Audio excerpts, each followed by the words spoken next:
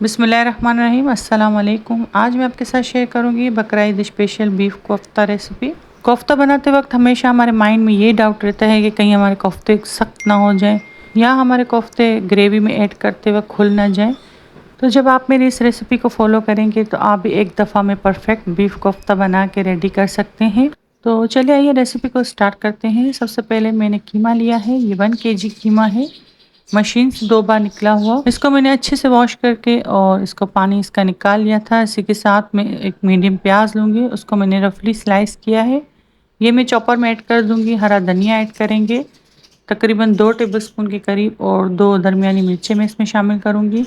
इन सारी चीज़ों को चॉप करेंगे चॉपर मशीन में। अगर आपके पास चॉपर मशीन अवेलेबल ना हो तो आप हाथ से भी इसको कट कर सकते हैं। इसी के साथ मैं इसमें कीमा ऐड कर दूंगी। 2 टेबलस्पून लहसुन अदरक का पेस्ट शामिल करेंगे। 1 टीस्पून भुना पिसा हुआ जीरा शामिल करेंगे। 1 टीस्पून कुटी हुई लाल मिर्चें। 1 टीस्पून पिसा हुआ गरम मसाला। 1 टीस्पून इसमें मैं नमक शामिल करूंगी।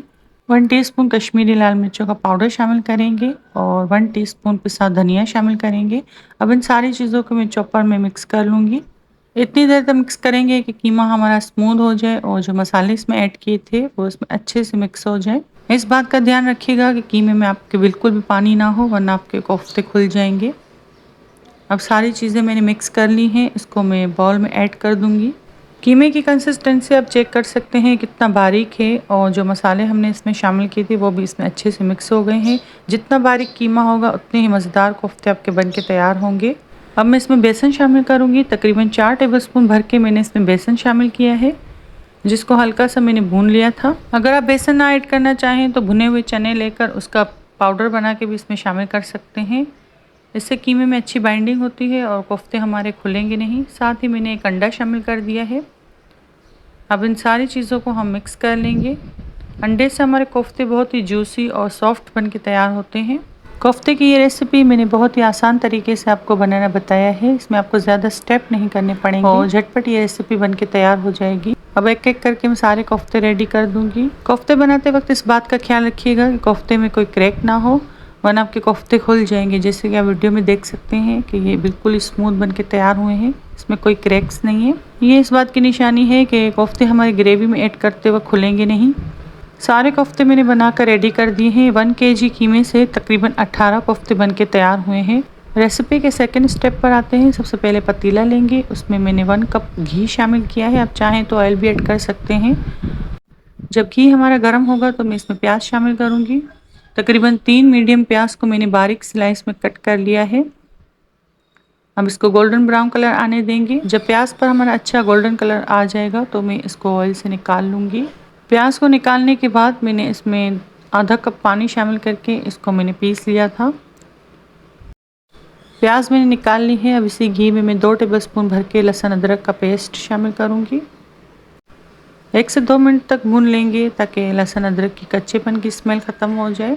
अब इसमें प्याज ऐड करेंगे जो मैंने पीस के रखी है। अब इसमें मसाले शामिल करेंगे। 1 टीस्पून कश्मीरी लाल मिर्चों का पाउडर शामिल किया है। हाफ टीस्पून इसमें पिसा धनिया शामिल किया है। 1/4 टीस्पून इसमें मैंने हल्दी शामिल की है। 1 टीस्पून पिसा गरम मसाला। 1 टीस्पून इसमें भुना पिसा और ज़ीरा शामिल किया है। अब इन सारे मसालों को हम अच्छे से मिक्स कर लेंगे।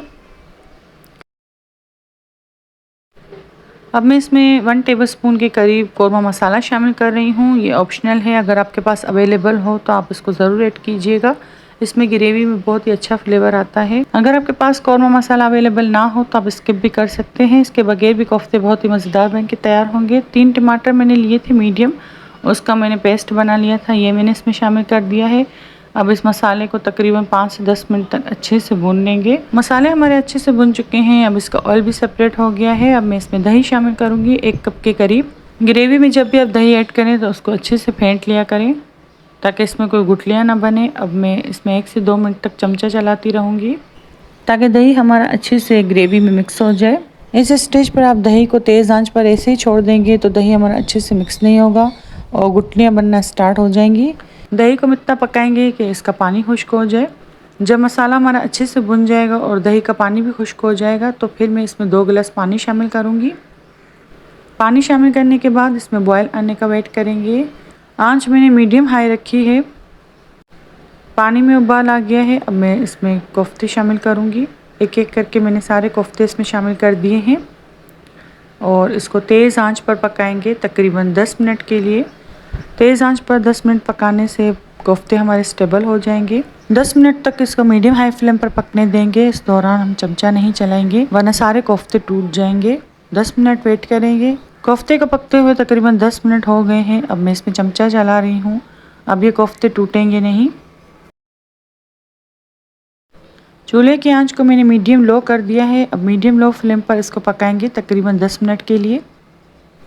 10 मिनट हो गए हैं कोफ्ते को पकते हुए। अब मैं इसमें हरा धनिया ऐड करूँगी जो कि मैंने चॉप करके रखा था, ये इसको फिर छिड़क देंगे। इसके साथ ही मैंने दरमियानी हरी मिर्ची शामिल की है तकरीबन 4 अदद। ये सारी चीज़ें ऐड करके मैं इसको 5 से 10 मिनट का दम वाले आंच पे रख दूँगी। इसके बाद डिश आउट करेंगे। मज़ेदार से सॉफ्ट एंड जूसी कोफ्ते हमारे बन के रेडी हैं। रेसिपी को ज़रूर ट्राई कीजिएगा।